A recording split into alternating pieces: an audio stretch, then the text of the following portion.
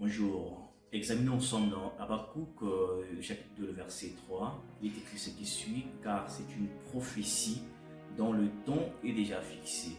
Elle marche vers son terme et elle ne mentira pas. Si elle tarde, attends-la, car elle s'accomplira certainement. Bien-aimés dans le Seigneur, cette parole, elle est puissante parce qu'elle nous révèle une profondeur cachée, une vérité indéniable. Et que Dieu, avant de bénir quelqu'un, Dieu, avant de réaliser sa promesse, il précède toujours par une parole. De la même manière, lorsqu'il a créé l'univers, la terre, il a précédé toujours par la parole. Lorsqu'il a dit que la lumière soit, et la lumière fut. On a vu que par la parole, il a créé. Pareillement, pour toi et moi, lorsque Dieu veut te bénir, lorsqu'il veut manifester, réaliser une promesse, il précède toujours par la parole. Et c'est cette parole, elle est prophétique. Voilà pourquoi je veux dire à quelqu'un ce jour, ne méprise jamais le prophétique. Ne néglige jamais les prophéties.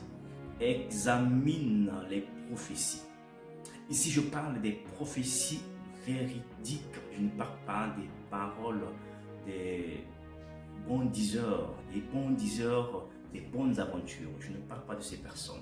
Ici, je parle des paroles prophétiques que le Seigneur donne, qu'il annonce au préalable avant de te bénir. Dieu, avant d'agir, il précède par une prophétie.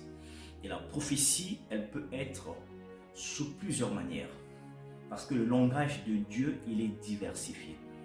Dieu parle tantôt d'une manière, tantôt d'une autre. Cela peut se passer par un songe. Il peut te parler par un songe. Il peut te parler au travers d'un prophète, le vrai.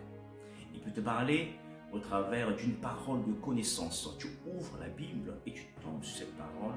Tu es convaincu que là, c'est Dieu qui te parle. Il peut te parler aussi au travers d'une révélation. Il y a plusieurs manières dont il nous parle. Mais si tu es convaincu que ce que tu as écouté vient de la part de l'Éternel, c'est une parole qui annonce ta bénédiction. Et ici dans Habakkuk, il dit, même si elle tarde, attends-la. Voilà pourquoi nous devons être attentifs aux prophéties. Nous ne devons pas négliger les prophéties. Nous devons examiner les prophéties.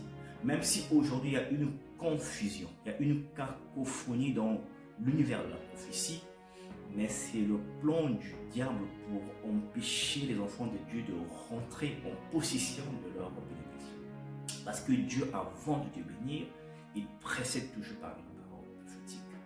Avant de te bénir, il annonce toujours la promesse pour que lorsque la chose va se réaliser, que tu ne tires pas la gloire pour toi, mais que tu te souviennes, oui, Yahvé, l'Éternel Dieu, m'avait annoncé cela, et que toute la gloire lui revient.